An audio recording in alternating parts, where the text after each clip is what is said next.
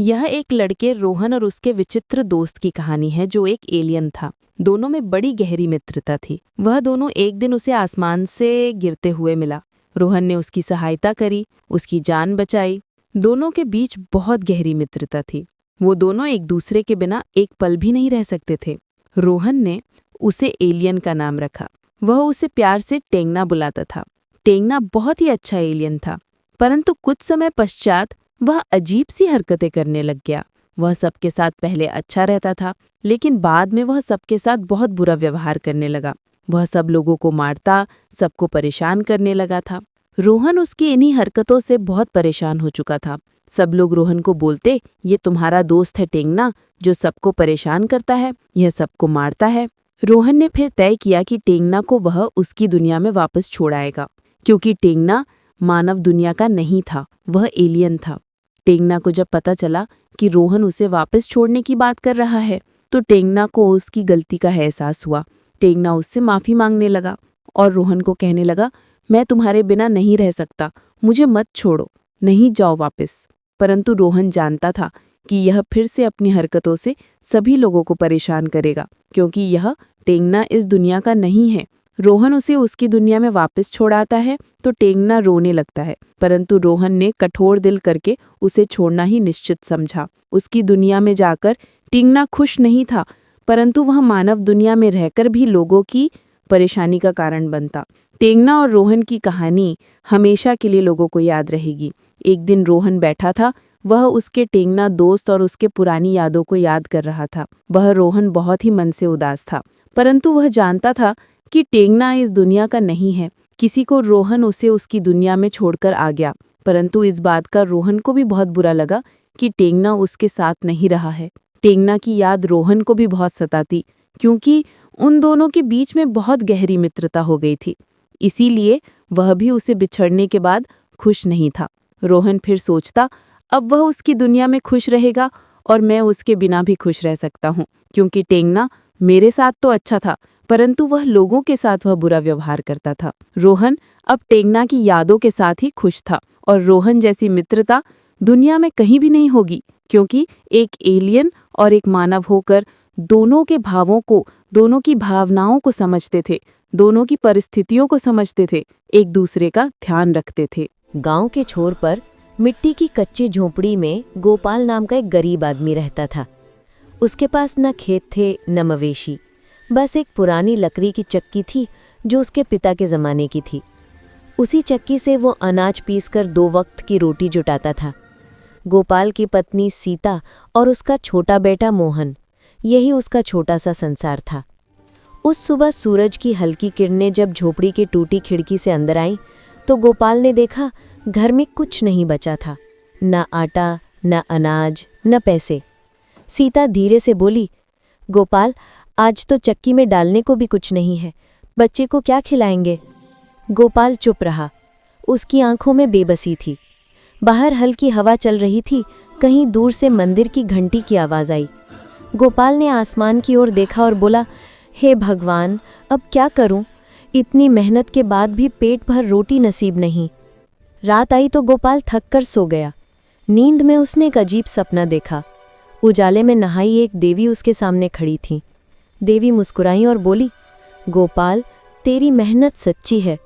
तेरे पास जो चक्की है वो साधारण नहीं।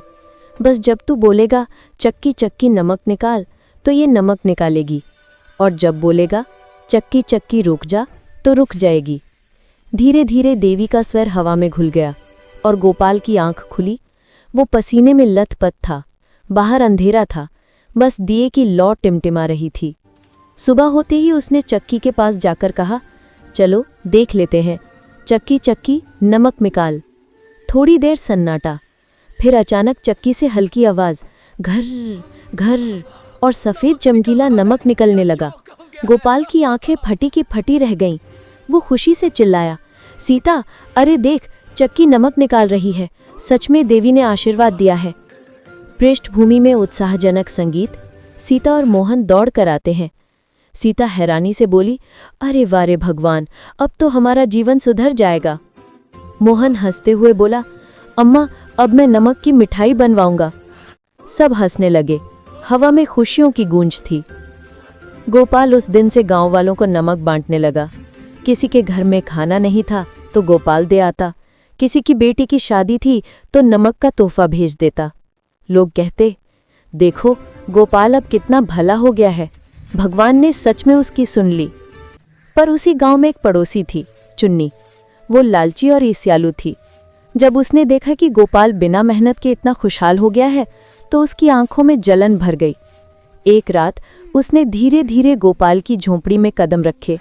पांवों की आवाज टुक टुक टुक और दरवाजा चरमराता है। चुन्नी ने चक्की उठा ली और भाग गई।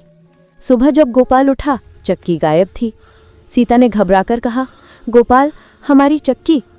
गोपाल समझ गया, ये चुन्नी का काम है।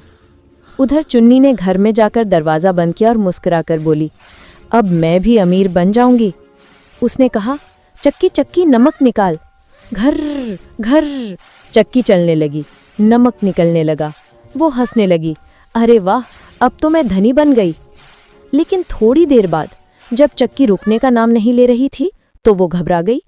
नमक हर तरफ फैलने लगा, बर्तन में, बिस्तर में, फर्श पर, दीवारों पर। अरे वो चक्की रुक जा, अरे बंद हो जा, वो चिल्लाती रही, पर चक्की नहीं रुकी। डरावना संगीत गया, दरवाजे से नमक बाहर बहने लगा। गली में सफेद झाग जैसा नमक फैल गया। लोग इकट्ठा हुए, अरे ये क्या हो रहा है? अरे चुन्नी का घर नमक से भर गया है। गोपाल दौड़ता हुआ आया और बोला, चक्की चक्की रुक जा।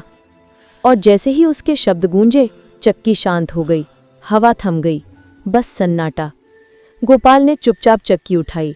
चुन्नी आंसुओं से लथपथ बोली, माफ कर दे गोपाल, लालच में अंधी हो गई थी।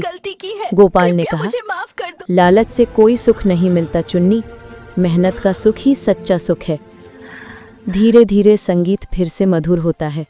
सूरज ढल रहा है, आकाश में हल्का सुनहरा रंग है। चक्की झोपड़ी में शांत पड़ी है। गोपाल फिर उसी पुरानी चक्की के पास बैठा, हल्की मुस्कान के साथ बोला, सिर्फ नमक नहीं, ये तो सबक निकालती है हर बार। धीरे से हवा चलती है, चक्की की आवाज़ घर घर फिर से सुनाई देती है। संगीत शांत होकर मिट जाता है और कहानी वहीं थम जाती है, जैसे कोई पुराना किस्सा हवा में खो जाए, पर उसका संदेश पीछे छोड़ जाए कि मेहनत, ईमानदारी और संतोष, यही इंसान की असली दौलत है। ऐसे ही और मज़ेदार 3D एनिमेशन कहानियाँ देखने के लिए हमारे चैनल को सब्सक्राइब करें। धन्यवाद।